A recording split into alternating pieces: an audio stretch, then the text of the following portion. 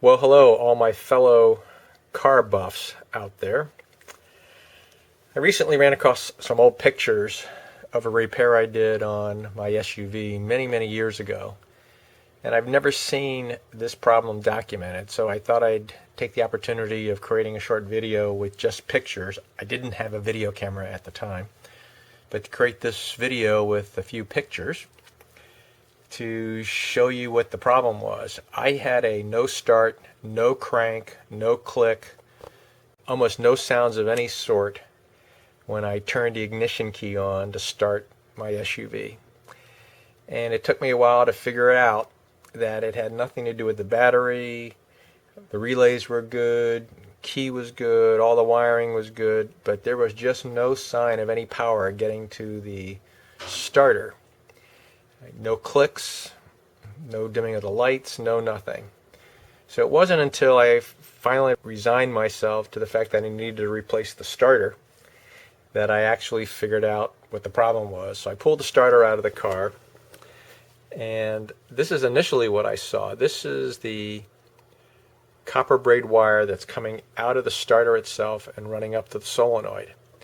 So you can see that this is part of the electrical circuit, activates the solenoid. On further investigation, I could see that there's actually a break in this wire, and I've lifted the wire up in this picture so you can get a very clear view of it, but there's a lot of corrosion. Just a copper braid originally. I think it's supposed to look like this, but you can see it was very deteriorated. Here's another picture of it looking down while it was still in the car.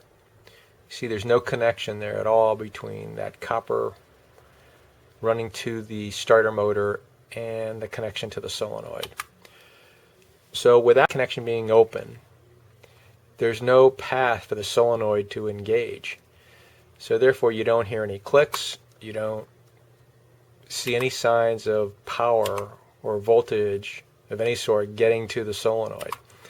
And the reason for that is because it's an open circuit. This connection was clearly not substantial enough to be able to carry the current that's required to activate the solenoid and to activate the starter. So if you're having the same symptoms, no click, no crank, no sounds of any significance, and you're scratching your head wondering, wonder what's going on, isn't there, my battery's good, connections are good, but I'm not getting anything at the solenoids or at the starter itself, this could in fact be the problem.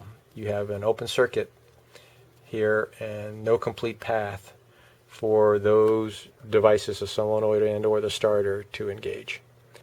A picture's worth 1,000 words. I probably gave you 1,000 words more than I needed to give you once you see these pictures, but if you found this at all helpful or interesting, please give me a thumbs up.